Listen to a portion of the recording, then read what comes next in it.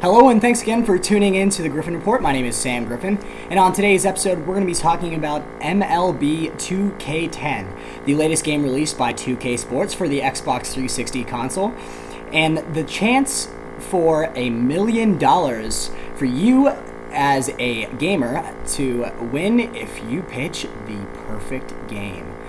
To help me better understand some of the logistics of the game, I've invited my good friend and game connoisseur, Mr. Gary Coleman, to the set to help better understand the game and the rules and regulations of the competition. So please help me in welcoming Mr. Gary Coleman. Hey Gary, welcome to the show. Hey Sam, thanks for having me. Sure. So I was wondering, could you tell me a little bit about the game and some of the things that you find interesting about it? The game is, I love the game. The gameplay is awesome. There's actually a mode that you can do. You can create a character, a pitcher, or a hitter, and you can start a career. You start off in AA ball, whatever team that you choose to be. You can create, all of appearance and all like that. But like I said, you start off early in the minor leagues and you move up.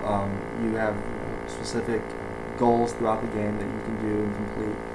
Completing those goals will give you, reward points, and you can put those to whatever attributes you want on your player. So it's pretty awesome. I like that a lot. It allows you to kind of be a part of the game, if you will. Okay, all right, very interesting. I've been watching you play a lot, and I think you're fantastic at it. By the way, I gotta give you credit. So,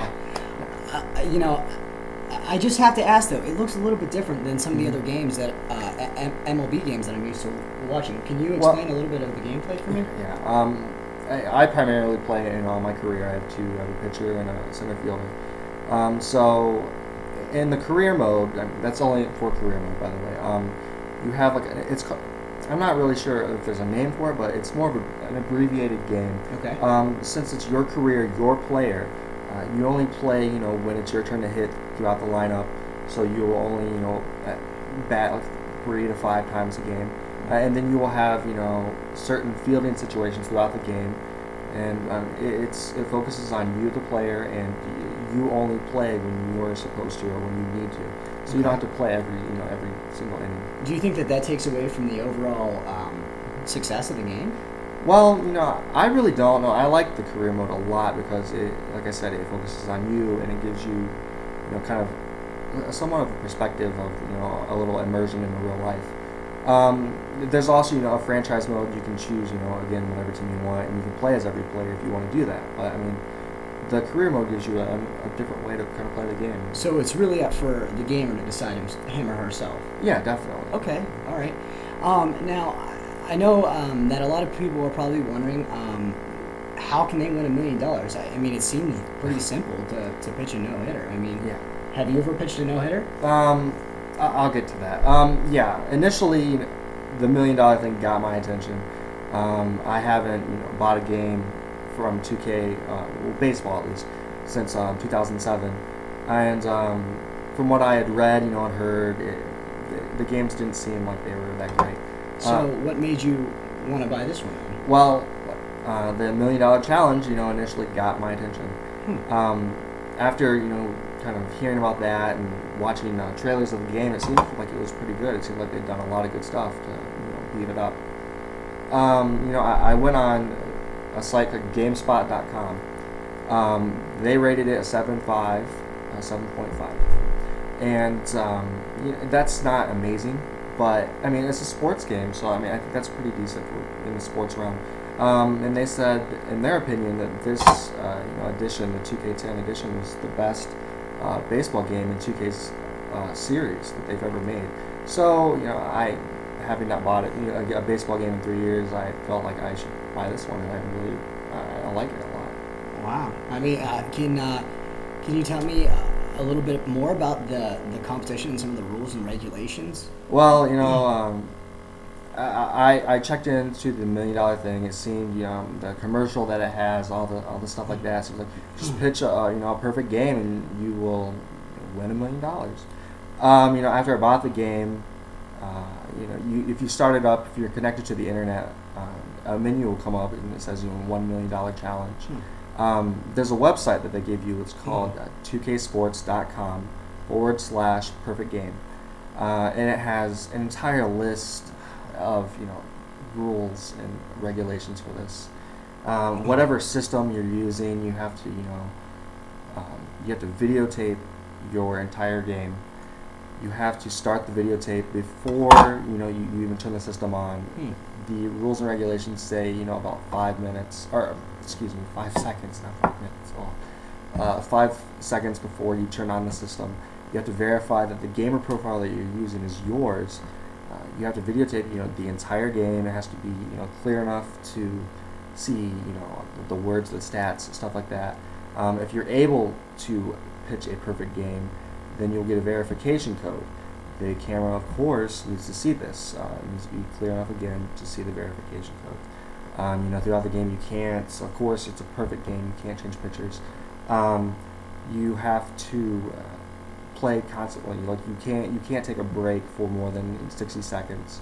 You can't even have a mound visit, which is to get a brief rest and regain composure. You can't do that.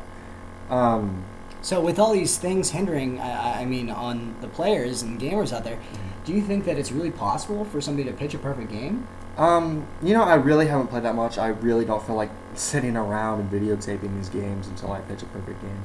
I pitched a perfect game once in my career, but from what I've played of the MLB Today mode, it definitely seems it's different. I would assume that it's a lot harder. I've read in blogs that people that have tried to do it, so they say it's a conspiracy and it's impossible since you can't change the difficulty. There's so many things you can't do. It's assumed that 2K Sports did this so that they can find any small nitpick thing and then disqualify your video. So it's just a marketing ploy essentially. From what I've read, I really haven't, like I said, I haven't played it too much. But from what I've read, there's kind of a general consensus, if you will, that it's rigged. But I mean, would you agree, or do you think that it's definitely plausible? I would have to say it's plausible. It's gonna take. I would assume it's gonna take a lot of time, a lot of tape, and a lot of battery life recharging. It's gonna.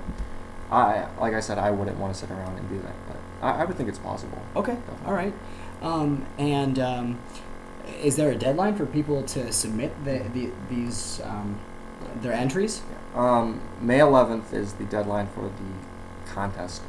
You have to, like I said before, you have to convert the file to DVD format, send it in. There on the 2ksports.com perfect game.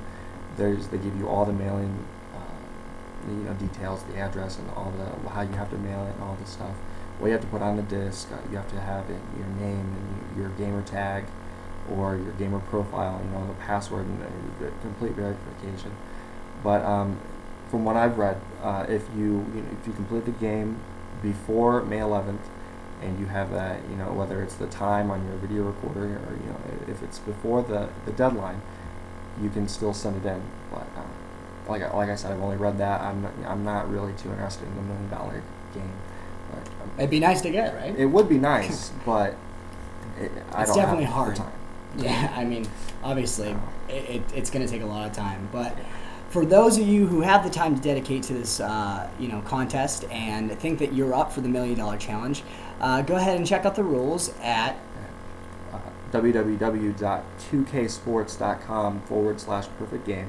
All right.